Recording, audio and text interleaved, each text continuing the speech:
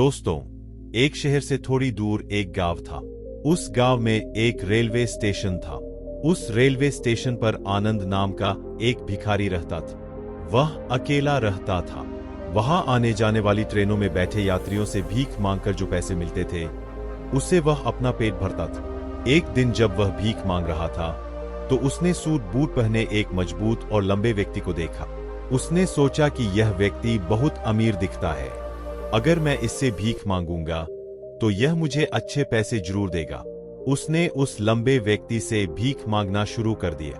भिखारी को देखकर लंबा आदमी बोला, तुम हमेशा भीख मांगते रहते हो, क्या कभी किसी को कुछ देते हो? भिखारी बोला, साहब मैं भिखारी हूं, मैं हमेशा लोगों से भीख मांगता रहता हूं, मेरी हिम्मत नहीं है कि मैं किसी को कुछ दे सकूं। लंबा आदमी बोला, जब तुम किसी को कुछ दे नहीं सकते तो तुम्हें कुछ मांगने का भी कोई हक नहीं है। मैं एक व्यापारी हूं और लेन देन में ही विश्वास रखता हूं। अगर तुम्हारे पास मुझे देने के लिए कुछ है, तभी मैं तुम्हें बदले में कुछ दे सकता हूं। इतना कहकर लंबा आदमी ट्रेन में बैठ गया और चला गया। इस बीच भिखारी सोचने लगा कि उसने क्या कहा था।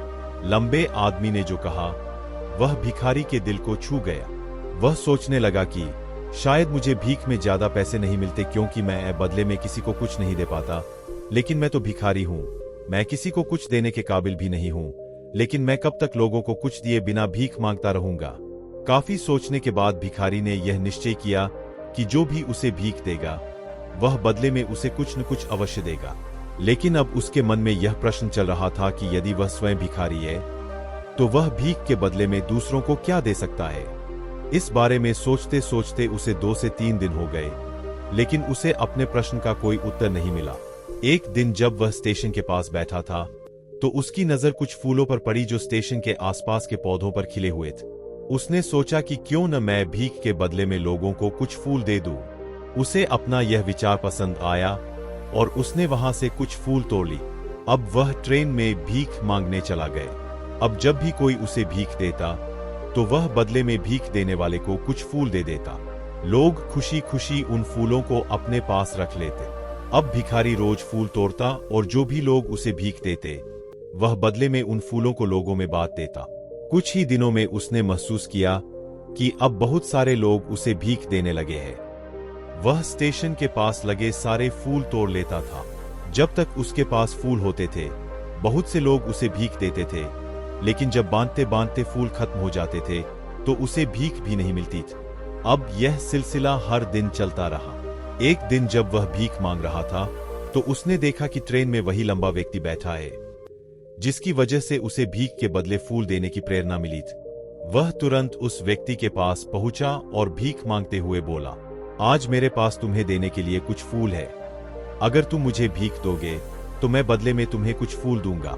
उस लंबे व्यक्ति ने उसे 20 रुपए भीख के रूप में दिए और भिखारी ने उसे कुछ फूल दे दिए। यह बात उस लंबे व्यक्ति को बहुत पसंद आ।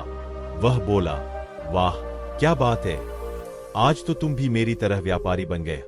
यह कहकर वह लंबा व्यक्ति फूल लेकर अपने स्टेशन पर उतर गया।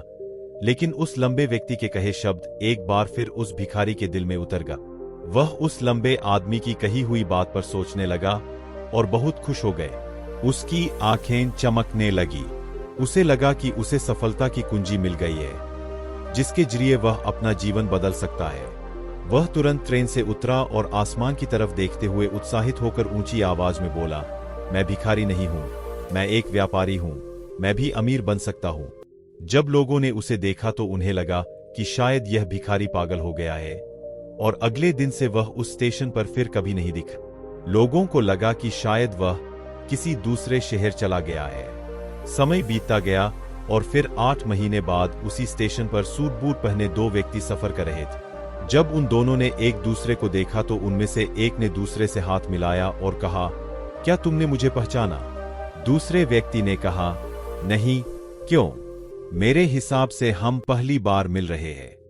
पहले व्यक्ति ने कहा, नहीं, याद रखना हम पहली बार नहीं बल्कि तीसरी बार मिल रहे हैं। दूसरे व्यक्ति ने कहा, मुझे याद नहीं कि हम पहली बार कब मिले थे। अब पहला व्यक्ति मुस्कुराया और बोला, हम इस ट्रेन में पहले भी 2 बार मिल चुके हैं। मैं वही भिखारी हूं जिसके बारे में तुमने पहली बार बताया था। मैं एक भिखारी हूं, लेकिन आज मैं फूलों का एक बहुत बड़ा व्यापारी हूँ और मैं इस व्यापार के लिए दूसरे शहर जा रहा हूँ। कुछ देर रुकने के बाद उसने फिर कहा, हमारी पहली मुलाकात में आपने मुझे प्रकृति के उस नियम के बारे में बताया था जिसके अनुसार हमें कुछ तभी मिलता है जब हम कुछ देते हैं। लेन देन का यह नियम वास्तव में काम करता है। मैंने इसे बहुत अच्छी तरह से समझा है, लेकिन मैंने हमेशा खुद को एक भिखारी ही माना। मैंने इसके आगे कभी नहीं सोचा और जब मैं आपसे दूसरी बार मिला तो आपने मुझे बताया कि मैं एक व्यापारी बन गया हूँ। अब मुझे समझ में आया कि मैं वास्तव में एक व्यापारी बन गया हूँ, भिखारी नहीं। मुझे समझ में आया कि लोग मुझे इतनी भीख क्यों दे रहे थे, क्योंकि वे मुझे भीख नहीं दे रहे थे बल्कि उन फूलों की कीमत चुका रहे थे। हर कोई मेरे फूल खरीद रहा था क्योंकि उन्हें इससे सस्ते फूल नहीं मिलेंगे। मैं लोगों की नजर में एक छोटा व्यापारी था, लेकिन मैं अपनी नजर में एक भिखारी था। आपके बताने के बाद मुझे समझ में आया कि मैं एक छोटा व्यापारी हूँ। मैंने ट्रेन में फूल बांटकर जो पैसे इकट्ठे किए थे, उनसे मैंने ढेर सारे फूल खरीदे और फूलों का व्यापारी बन गए। यहाँ के लोगों को फूल बहुत पसंद है और उनकी इसी पसंद ने आज मुझे फूलों का बड़ा व्यापारी बना दिया है। दोनों व्यापारी अब खुश थे और स्टेशन पर एक साथ उतरे और अपने अपने व्यापार के बारे में बात करते हुए आगे बढ़ गए। दोस्तों, यह कहानी हमें जीवन का एक बहुत ही महत्वपूर्ण सबक सिखाती है। कहानी में लंबा व्यापारी देने और लेने के नियम को बहुत अच्छी तरह से जानता था। दुनिया के सभी बड़े व्यापारी जीवन के इसी नियम का इस्तेमाल करके सफल हुए हैं। उसने यह सूत्र भिखारी को भी बताए। भिखारी ने इस स्वाभाविक नियम को अपना लिया और इसका असर उसके जीवन में साफ दिखाई देने लगा। उसने अपनी सोच बदली और उसका जीवन बदल गए। यह कहानी हमें बताती है कि अगर हम अपनी सोच बदल ले तो कुछ भी हासिल किया जा सकता है। अगर हम खुद को छोटा समझते रहेंगे तो हम हमेशा छोटे ही रहेंगे। बड़ा बनने के लिए हमें अपनी सोच बदलनी होगी और अपने बारे में बड़ा सोचना होगा। कहानी का सार यह है कि सफलता आपकी सोच में छिपी है। अपने आत्मसम्मान को जगाइए, अपनी सोच को व्यापक बनाइए और देखिए कि आप कैसे सफलता के शिखर पर पहुंच जाते हैं। दोस्तों, सुख और दुख एक सिक्के के दो पहलू हैं और ये आते जाते रहते हैं। जब हमारे जीवन में सब कुछ अच्छा चल रहा हो तो खुश रहना स्वाभाविक है, लेकिन जब हमारे जीवन में कुछ गलत हो जाता है और चीजें हमारे मुताबिक नहीं चल रही होती है, तो सबसे पहले हम अपना धैर्य खो देते हैं और भगवान और अपनी किस्मत को कोसने लगते हैं। यानी उस समय हमें सिर्फ अपना दुख ही नजर आता है और उस दुख के अंदर जो थोड़ा बहुत हमारे पास होता है, हम उसे भी खो देते हैं। यानी दोस्तों, इस समय सोच में फर्क होता है, यानी सकारात्मक सोच और नकारात्मक सोच। अगर हम यहां नकारात्मक नजरिए से सोचते हैं तो हम आसानी से नकारात्मकता का शिकार हो जाते हैं और चीजें अपने आप खराब होने लगती है और यही नकारात्मक सोच हमारे दुख की असली वजह बन जाती है और हमारी सफलता का सफर यही रुक जाता है। तो दोस्तों, यहाँ सबसे जरूरी बात यह है कि अगर आप किसी परेशानी या दुख की वजह से दुखी है तो सबसे पहले अपनी सोच को सकारात्मक रखें और अगर आप एक सच्चे और मेहनती इंसान हैं और अपने लक्ष्य के लिए मेहनत करना जानते हैं तो इन असफलताओं का सकारात्मक पक्ष देखने की कोशिश करें। बस धैर्य रखें और मेहनत करते रहें। जैसे ऊपर की कहानी में वह व्यक्ति गरीब जरूर था, लेकिन वह बहुत मेहनती भी था। बस धैर्य रखें और मेहनत करते रहें। जैसे ऊपर की कहानी में बताया गया है, वह व्यक्ति गरीब जरूर था, लेकिन वह बहुत मेहनती भी था।